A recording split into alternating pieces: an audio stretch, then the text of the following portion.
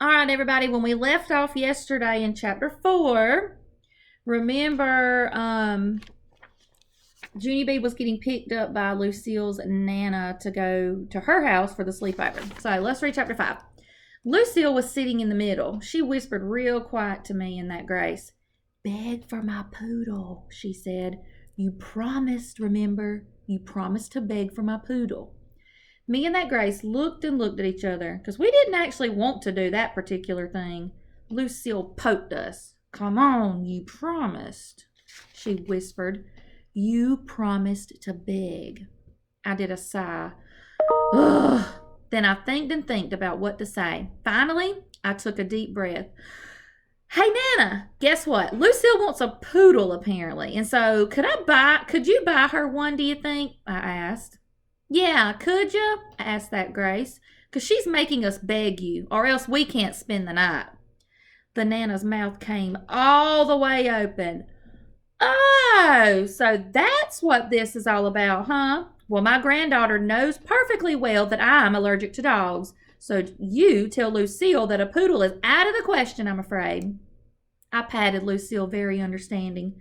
"A poodle is out of the question, we're afraid," I said. Lucille kicked her feet up and down. "Beg harder," she whispered. "You have to beg harder." I did a frown. "Are you firm on that, Nana?" I asked. "No poodle, Lucille," said the Nana, very snappish. Lucille kicked her feet some more. "I knew that dumb idea wouldn't work," she grouched. Just then, the car stopped in front of a big iron gate. Grace's eyes opened big and wide. "Wow, this gate looks like a castle gate," she said. Lucille smiled a tiny bit. "It's not a castle gate, you silly head, Grace," she said. "This is the gate to my house." The Nana pushed a button and the gate opened right in front of our eyes. "Hey, that button is like magic," I said. Lucille smiled bigger. After that, the Nana drove down a long driveway. She stopped in front of a big, beautiful house. Lucille jumped out of the car and ran inside. Me and that Grace followed after her. And guess what? Lucille's house was even more beautifuler on the inside than it was on the outside.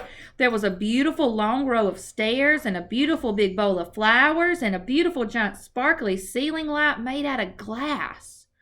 I did a gasp at that glistening thing. "That light takes my breath away," I said. Lucille skipped all around in a circle. She sang a loud song in our ears. See, I told you I was rich. See, I told you I was rich," she sang. She made that song up, I believe. After that, she took our hands and showed us all the rooms in her house. She showed us the living room and the dining room and the kitchen. And the big giant patio and the daddy's office and the mama's office and the family room and the pool room where you play pool and the outside pool where you swim and the hot tub and the library and the gym and the Nana's room and the mama and daddy's room and the fancy gold bathroom with the jacuzzi and the brother's room and a whole bunch of guest rooms. Then finally, Lucille showed us her very own bedroom, and it looked like a bedroom where a princess lived. Lucille's bed had a big frilly roof on top of it. "That is called a canopy," she explained. "It matches my pink silk draperies and my pink silk bedspread, and all of my pink telephone and my pink plush rug and my wallpaper with pink flowers in it. That's a lot of pink. And see my TV and my stereo and my computer and my CD player." She pointed to the corner. "And did you notice all of my big stuffed animals standing over there?" she asked. My eyes popped open at those giant things. The giraffe was bigger than me. Me and that Grace ran to play with them. "No, stop, don't," shouted Lucille. "You are not allowed to touch them. They're just for show." "Huh?" said that Grace. "What?" I said. "How come?" "Because they were expensive. That's how come," she said. "Those animals costed my Nana a fortune." "Oh," I said, kind of disappointed. "Oh," said that Grace. We sat down on Lucille's bed. Lucille shouted at us again. "No, get up! You're not allowed to sit there. That bedspread is just for show." They can't even sit on her bed. Me and that Grace springed right off of there. Lucille quick smoothed the material with her hand. Don't you two know anything? She said. This bedspread is made of silk, I told you. I'm not allowed to get it soiled. Oh, we said.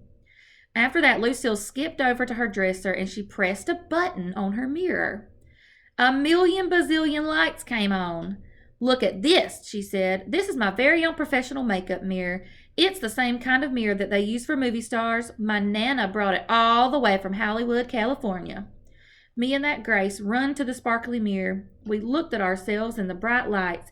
Then we sticked out our tongues and made funny faces. Look, there they are, looking in her fancy mirror, and Lucille's not very happy, right here in the middle. It is not a toy, she grouched. After that, me and that Grace just stood very still, and we didn't touch anything. This is going to be a long evening, I said kind of quiet. Only just then, something very wonderful happened. Lucille's Nana came in the room, and she was carrying a big box of dress-up clothes. I thought you little gals might have fun with some of my old evening gowns, she said real nice. They're as old as the hills, but they're still quite stunning. Lucille run to the box speedy quick. Let's play Cinderella, she said. She pulled out a beautiful sparkly pink gown. I'm Cinderella, she shouted. Then that Grace shoved me out of her way, and she run to the box too. She pulled out a sparkly blue gown. I'm the fairy godmother, she yelled. I did a huffy breath at those two, 'cause now I have to be the ugly stepsisters probably. I bended down and searched through the box very carefully. Then, all of a sudden, my hands felt something long and silky and softy. I quick pulled it out of there. The Nana's whole face lighted up. Oh, my goodness, my old feather boa, she said. Why, I haven't seen that thing in years. And that's what this is on the front of the book, this purple feathery thing around her body. I danced all around with that lovely thing. I love this, Nana. I love this old feather boa. Just then, another great idea popped in my brain. Hey, I know. I'll be the famous singer that sings at Cinderella's ball. Lucille and Grace looked funny at me. What singer? Said Lucille. There's no singer, said that Grace. I stamped my foot at them. Yes, there is. There is too a singer. And I am her. And my name is Florence, the famous singer. And I'll be performing show tunes from the hit musical Annie. So there. Lucille and Grace shrugged their shoulders at me. Then they dressed up in their beautiful gowns and they went to the ball, and I sang The Sun Will Come Out Tomorrow. There they are, pretending to be the fairy godmother, Cinderella, and then she's the singer at the ball. Oh, that was the end of chapter 5. What do you predict is going to happen in chapter 6? Let me know.